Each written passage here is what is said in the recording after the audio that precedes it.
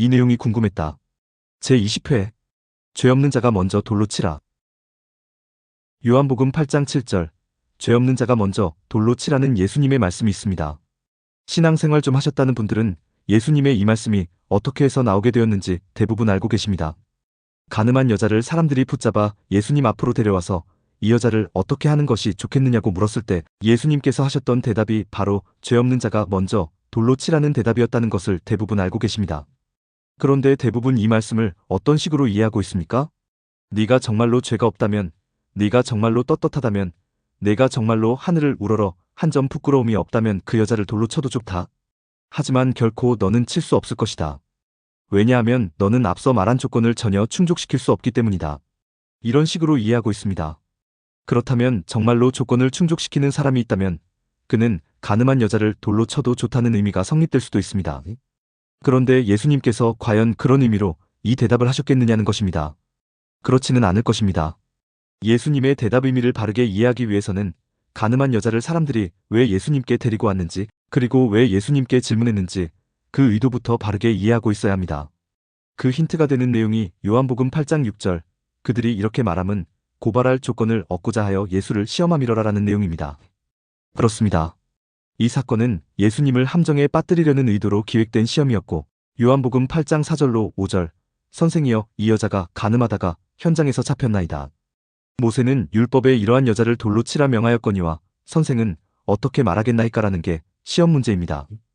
율법에 따르면 가늠하다가 현장에서 붙들린 여자는 돌로 치라고 했는데 예수 당신은 어떻게 생각하느냐? 라고 마치 예수님의 생각을 묻는 것처럼 느껴지는 단순한 질문입니다. 그러나 이 질문에 아주 무시무시한 음모가 숨겨져 있다는 것을 눈치채셔야 합니다. 왜냐하면 사람들이 예수님께 어떻게 말하겠나이까라고 물었다고 해서 지금 사람들이 예수님의 생각이나 의견을 물어보는 것이 절대로 아니기 때문입니다. 정답이 무엇인지 몰라서 물어보는 것이 절대로 아니기 때문입니다. 그렇다면 예수님을 시험하는 사람들은 예수님의 입에서 어떤 대답이 나오기를 기대하고 있을까요? 그 대답은 바로 돌로 치라라는 대답입니다. 왜냐하면 돌로 치라가 정답이기 때문입니다. 시험 문제를 낼 때 이들이 뭐라고 했습니까? 모세는 율법에 이러한 여자를 돌로 치라 명하였거니와라고 했습니다. 율법에 돌로 치라라고 했기 때문에 이것이 정답입니다. 유대교의 율법이 지배하는 세상에서 다른 정답은 있을 수 없습니다. 그리고 이들은 돌로 치라라는 정답을 예수님께 은근히 알려주신 후에 예수님의 입술로부터 돌로 치라라는 대답이 나오기를 간절히 기다리고 있는 것입니다. 그러나 돌로 치라라는 예수님의 대답이 나오는 순간 예수님은 그들이 파놓은 함정에 그대로 빠지고 마는 것입니다. 그들의 시험에 완전히 넘어가고 마는 것입니다. 예수님께서 돌로 치라라는 대답을 하는 순간 그들은 뭐라고 그러겠습니까? 베데스다 연못가에서 38개 동안 중병 앓던 사람을 무료로, 공짜로, 거저 고쳐준 사람이 어찌 그런 참담한 말을 입 밖으로 낼 수 있느냐고 따질 게 분명합니다.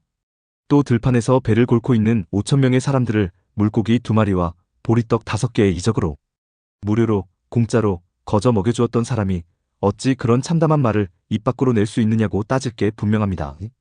또 자신은 하늘로부터 내려온 생명의 떡이라고 해놓고 어떻게 사람을 돌로 쳐 죽이라는 모진 말을 할 수 있느냐고 따질 게 분명합니다. 또 자신은 영원히 목마르지 않을 생수라고 해놓고 어떻게 사람을 돌로 쳐 죽이라는 모진 말을 할 수 있느냐고 따질 게 분명합니다. 또 아무리 흉악한 죄를 저지른 사람이라도 사람을 죽이는 판단을 할 수 있는 사람은 오직 로마 총독뿐인데 네가 무슨 자격으로 돌로 치라는 말을 하는 것이냐고 따질 게 분명합니다. 즉 예수님께서 돌로 치라라는 대답을 입 밖으로 내는 순간 사람들은 너의 행동과 너의 말이 앞뒤가 전혀 맞지 않는다고 몰아가는 것입니다. 그런 말을 하는 것을 보니 너는 결코 그리스도가 될 수 없다고 몰아가는 것입니다. 그런 말을 하는 것을 보니 너는 위선자이고 너는 반역자로서 세상 사람들을 미혹하는 자가 확실하다고 몰아가는 것입니다. 돌에 맞아 죽을 리는 가늠한 여자가 아니라 오히려 너 같은 자라고 몰아가는 것입니다. 그들은 지금 이런 무시무시한 음모를 꾸며놓고 있는 것입니다. 그렇다면 예수님께서 돌로 치라라는 대답만 하시지 않으면 되는 것 아닙니까? 그 대답만 하시지 않으면 저들이 쳐놓은 함정에 빠지지 않는 것 아닙니까? 그 대답만 하시지 않으면 저들의 못된 시험에서 빠져나올 수 있는 것 아닙니까? 이렇게 생각하실 분들이 분명히 계실 것입니다. 맞는 지적입니다. 그런데 예수님을 시험하는 그들이라고 그런 대비를 하지 않았을까요? 다 대비를 해놓았습니다. 만약 예수님께서 돌로 치라는 대답을 해주지 않으신다면 저들은 어떻게 나올까요? 저들은 어떻게 율법의 내용을 따르지 않을 수 있느냐고 따지고 들 게 분명합니다. 어떻게 하나님의 아들로 왔다고 스스로 주장하는 자가 하나님께서 주신 율법을 어길 수 있느냐고 따지고 들게 분명합니다.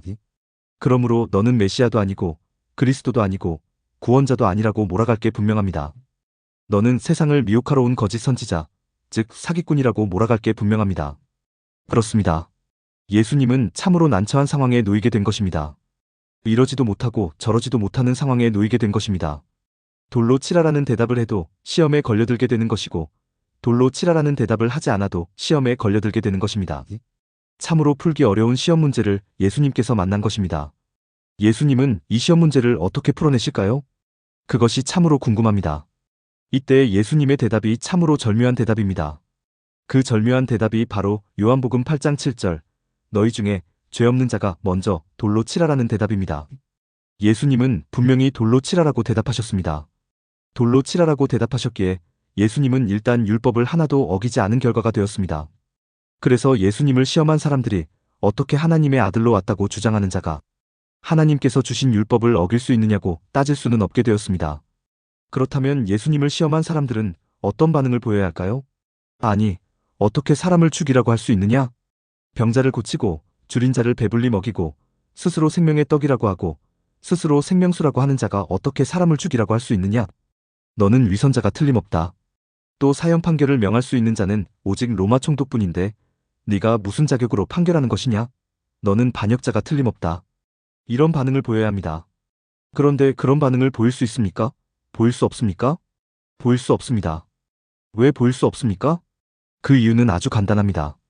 예수님께서 그냥 돌로 치라라고 대답하신 것이 아니라 너희 중에 죄 없는 자가 먼저라는 단서를 달았기 때문입니다.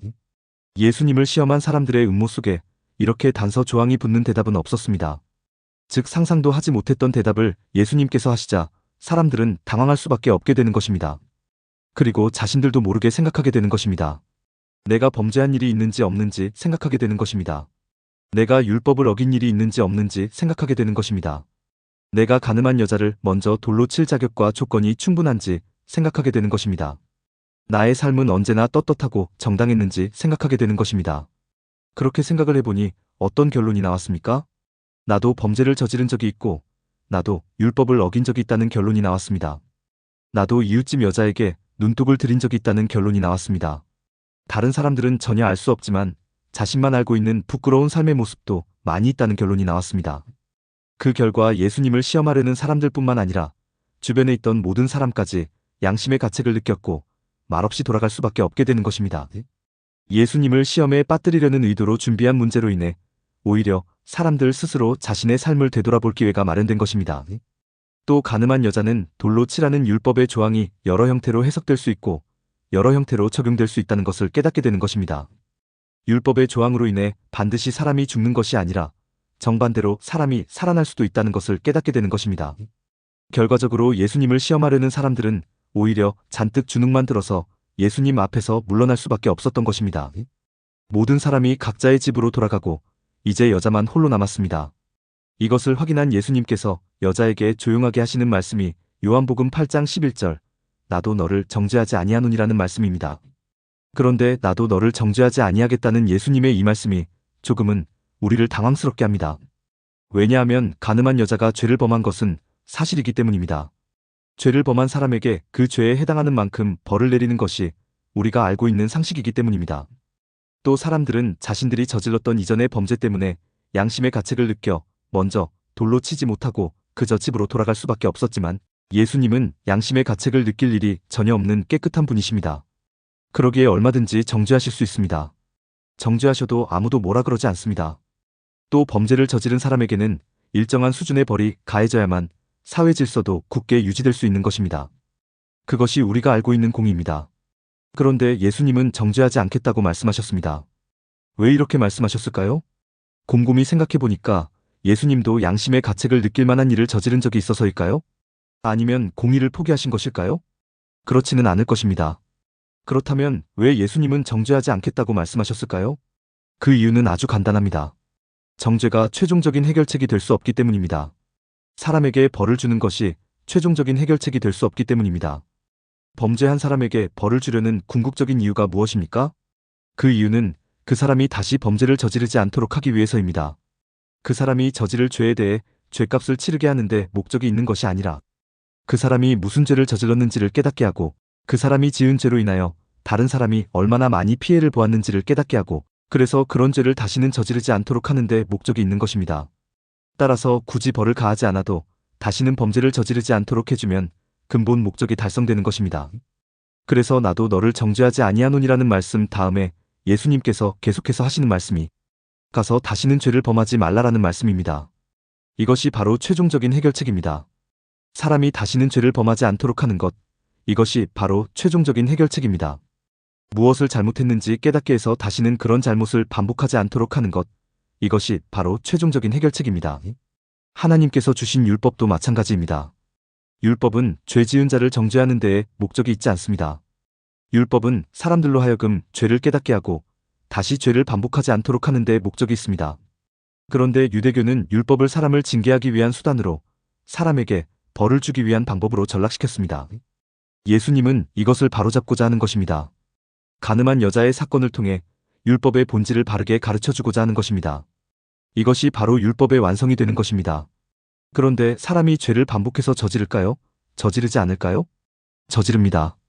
자신이 무엇을 잘못했는지 깨달았어도 사람은 또 반복해서 죄를 저지릅니다. 왜 그렇습니까? 사람 안에 죄를 짓게 하는 사탄, 마귀, 즉 죄가 도사리고 있기 때문입니다. 즉 죄로 인해 사람은 반복해서 죄를 지을 수밖에 없는 것입니다. 그래서 예수님께서 오셨고 예수님께서 십자가를 지시는 것입니다. 사람들에게 죄를 불러일으키는 근원적인 존재, 즉 죄를 물리치기 위해 예수님께서 십자가 위에서 죽으시고 부활하시는 것입니다. 예수님의 그 십자가 사역으로 말미암아 오늘날 여러분과 제가 성도가 되어 이 영상을 함께 할 수 있는 것입니다. 그런데 여러분과 제가 결코 죄를 짓지 않을 수 있는 존재냐? 그렇지는 않습니다. 우리 안에도 여전히 죄의 습관, 죄의 습성이 남아있기 때문에 우리도 얼마든지 죄를 지을 수 있는 존재입니다. 그러나 우리 안에는 하나님의 심정과 마음도 있습니다. 하나님의 성품과 속성도 있습니다. 하나님의 가치와 원리도 있습니다. 이것을 통하여 죄의 습관, 죄의 습성을 이겨낼 수 있는 존재가 바로 여러분과 저, 즉 성도입니다. 공감이 되었다면 구독과 좋아요, 알림 설정 부탁드립니다. 하나님의 말씀을 바르게 전하는 데 큰 도움이 될 것입니다. 평등하고 공정하며 정의롭고 행복한 세상을 이루는 데 큰 도움이 될 것입니다.